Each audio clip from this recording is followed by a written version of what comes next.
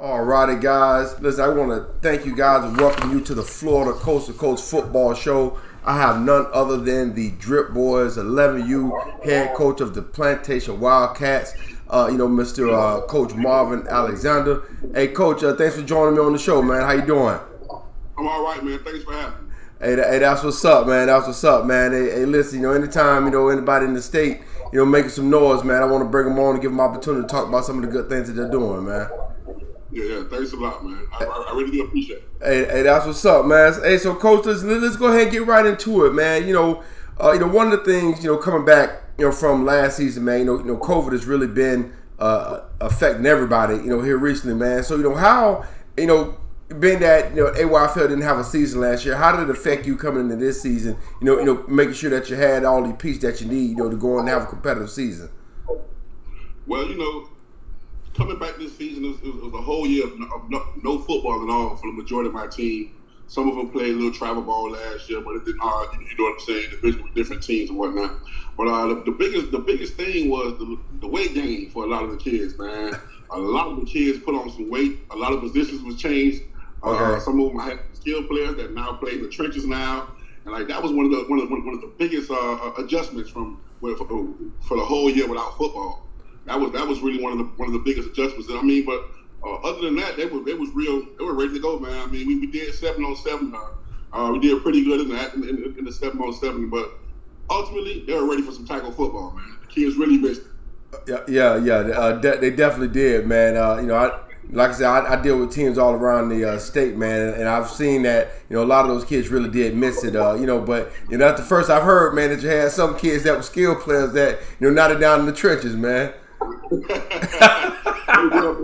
It's something that they call that COVID weight. They sit in the house playing PS5, all the little quarantine and the homeschooling and the virtual schooling and all that, man. Yeah. It took a toll on some of the kids, man. But some of them they worked the weight off. Some of them are still working the weight off. But it's all right though. We'll get it right. Hey, that's what's up, man. That was what's up. Hey, listen. So, Coach, man, one thing that's very impressive to me, man. When I see, teams like yourself, that are built to win, man, going out playing top, competition in the preseason, because you and I both know a lot of teams will duck that smoke, man. So, how important was it to you to get an early game against, a high quality opponent, like the 11U Chiefs? Well, funny thing is actually we were scheduled to play. I don't know if you're familiar with the Treasure Coast Patriots. Yeah, I'm familiar with them. Of course. At the minute, I think a week before the game, Coach Mark called me and told me, they had just joined the new league and they had to turn their books in and whatnot, and so they weren't going to be able to make the trip. Okay, then the next thing I get a phone call from Jack with Coach Kuhn on the phone as well, and we set it up and it was ready, set, go, man. I mean, when you playing, when you're going to get the opportunity to play against a nationally ranked team like that, man, it brings out the best in you. And you're really anxious to show what it is that you can do on that particular level of football, man. So we appreciate the work from Kuhn, man, and we welcome it. Even after the season going on, once our season's over with, and we make it to nationals, we'll be there. Hey, that's what's up, man. That's what's up, man. So, Coach, just for you personally, like I said, a lot of coaches, they won't take that game, especially on short notice. So. What was it about that particular game that you say, look, even on short notice, we're going to go ahead and take this game? Listen, man, why not? That's how I look at it. Why not? Okay. Why not? It's an opportunity to show that you can play on that level. It's an worst case scenario. Check this out. They get the best of you. You go back that week, and you fix the things that needed to get fixed. You make some adjustments. Good thing is you did get the best. If they did get the best of you, it happened in preseason and not week one against Hot Rod. Yeah, over Delray. Hey, listen. Hey, listen, man. I love that answer, man, because at the end of the day, what's the worst that can happen? You lose a little league football game. Thank you. You understand, man? I know there's a lot of guys that they'll try to shy away from it. Oh no, we ain't doing nothing. This, and like the terminology, it's just work. Really, that's all it is. Yeah. Really, it doesn't count And we keep talking about the worst case scenario. You're still 0-0. Yeah, most definitely. Hey, worst case scenario, man. You lose a little league football game, man. You live to fight another day, man. And that's really what it's about, man. So, Coach, we all know that South Florida football is a different animal than anything else, man. All of the kids know one another with social media. All the kids, all the coaches, everybody know one another. Everybody's connected. What did you do, or did you have to do anything to make sure your kids were focused going into that game and not getting caught up, in the hoopla of, how it get down there with a lot of those big games coming up? Man, let me explain something to you. All we had to do as coaching staff was let those kids know who we were playing. Okay. And as far as motivation go, it was enough. We told them who we were playing, and they were ready. They were ready. I mean, we worked hard during the offseason with the conditioning program, and we started putting the install and whatnot. And like I said, we was prepared to play treasure coach, but once the opponent changed, okay, and we let them know we were playing, and like you said, they all know each other. Yeah. After the game, they're gonna sit down and talk back and forth. They all of them, some of them go to the same schools and whatnot. Man, we didn't have to do much to prepare the kids. They were ready to go. They were ready to go. they're ready to make it happen, huh? Now, calling to those guys, man. Listen, that's another team that's built to win, and looking at the game, on paper, I knew it was going to be a good game, because I'm very familiar with your team, and I'm very familiar, with Cohen's team as well, but going into that game, where did you feel as though your team, had the advantage, or what did you feel as though you would be able to have success, going into that game? Okay, if there was an advantage, I think the atmosphere, the environment. It was a home game for us. They're used to playing there. The last time we played there was a Super Bowl game that we won back when we were 9U. So I think if there had to be an advantage, that would have been it. The home field, they're playing in front of their family and friends and whatnot. A bigger crowd. I mean, and they're used to it. They're used to it. So I think if there was an advantage, that was probably it. Just the environment they're used to. Yeah, having the home field. There you go. Yeah. Hey, now, and another thing, Coach, man, there's always been, ever since they created the AYFL, a while back, there's always been a natural, AYFL, FYFL rivalry, especially amongst the top teams, down in, South Florida. Now, is there any added pressure to you and your staff, when you are, going to play, one of those top FYFL teams? I wouldn't call it pressure, but I'd say anxious.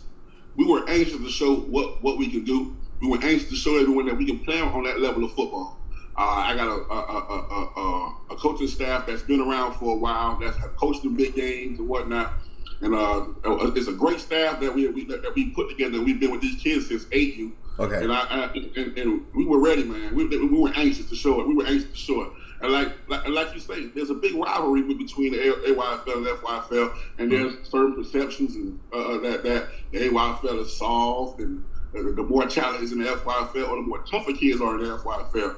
And we just want all the whole little league world to know, man. I mean, the AYFL is here, man. We got some good teams too, and hopefully we'll get more opportunities to prove that to everyone.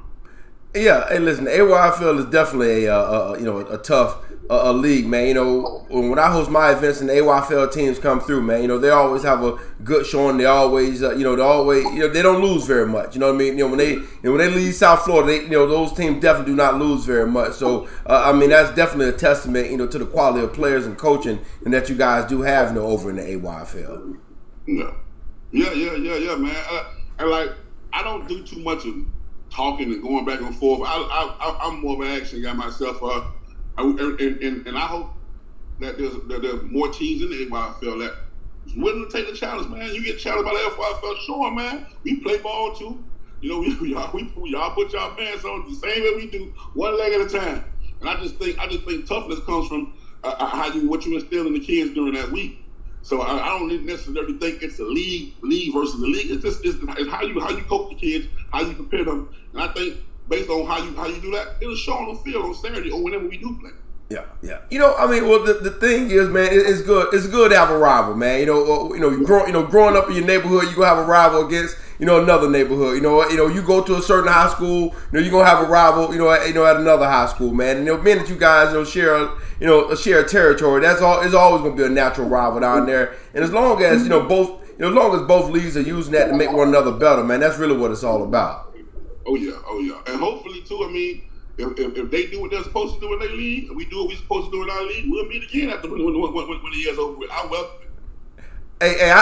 Listen, I don't think you'll be able to avoid it, man. If everybody take care of the league, man, and you guys are sitting at the top, at the end, just like a couple years ago when you came over to Fort Miles with your team, man. Some games just have to be played, man. Some games just have to be played. Yep, that's true. That's true. Now, Coach, you guys really came out and had a good showing, man, and I was very, very impressed. With you guys in the trenches, and how well you guys actually ran the ball, in that game, and playing a tough game like that, in the preseason. How do you feel as though that will help you, going into your AYFL season? Because, like you say, you guys are, starting the season out, with Hot Rod and those guys over at Delray, who's always a tough opponent. Like this is the thing. Being able to play a nationally ranked team like that before the season starts, the kids are on a high right now. You understand what I'm saying? Yes, sir. And that's how it is from here on out. And their mindset, whoever line up in front of them, they gonna give it to them. And when you play a nationally ranked team like that, and a well-coached team like Coah has over there, and you have some level of success, that helps you a great deal. You're getting ready for that first week. We had a great week of practice this week, and it's gonna show this Saturday week. If Fred allows that. Yeah. If Fred. Hopefully he gets a chance. Hey, listen, I really hope, and one of the reasons why I do this show is that I do hope that, other coaches are paying attention, man, and, with, guys like yourself who are, competing at a high level, you have teams that are competing at a high level, that they see that, man, at the end of the day, it's just youth football, man, and that, we're just trying to do what we can to put these kids in the best possible position to be successful, at whatever it is, that they do. So, in short, take the fade, man. Take the fade. Go out there, take the fade, man. Get to work, man. Yeah. I mean, it is what it is. Like I say, at the worst case scenario, guess what? It's a long season, man. Yeah. The marathon is not a sprint. You lose one, dust yourself up, fix your mistakes, and get ready for the next week, man. It is what it is. Like I say, man, just come prepared to play.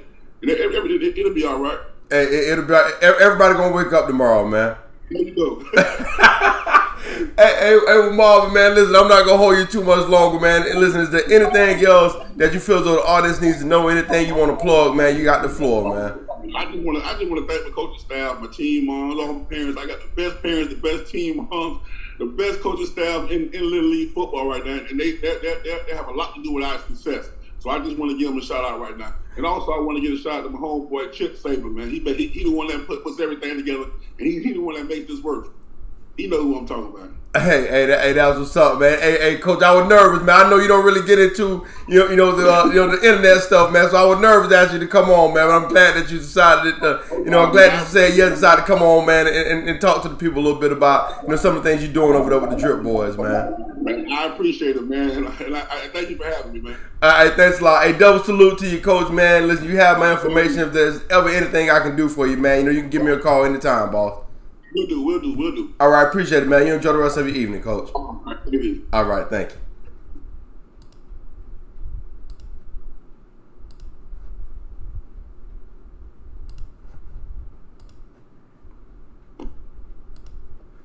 All righty, guys. With that, I'm going to go ahead and conclude my show. Listen, I want to thank Coach Marvin again for coming on to the show, man. I mean, I knew that we would have a great interview, and I knew that he would make sure let you guys know exactly what he's doing over there with the Dripboyz, man. And it was just a great interview, and I love when coaches come on and keep it real about some of the things that they're doing, and what he's doing to make sure that his team is successful. Guys, listen.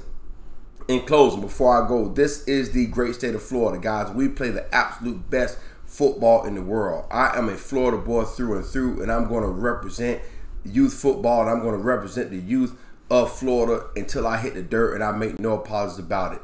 Double salute. I love you guys to death, and I'll see you guys next week. I'm out.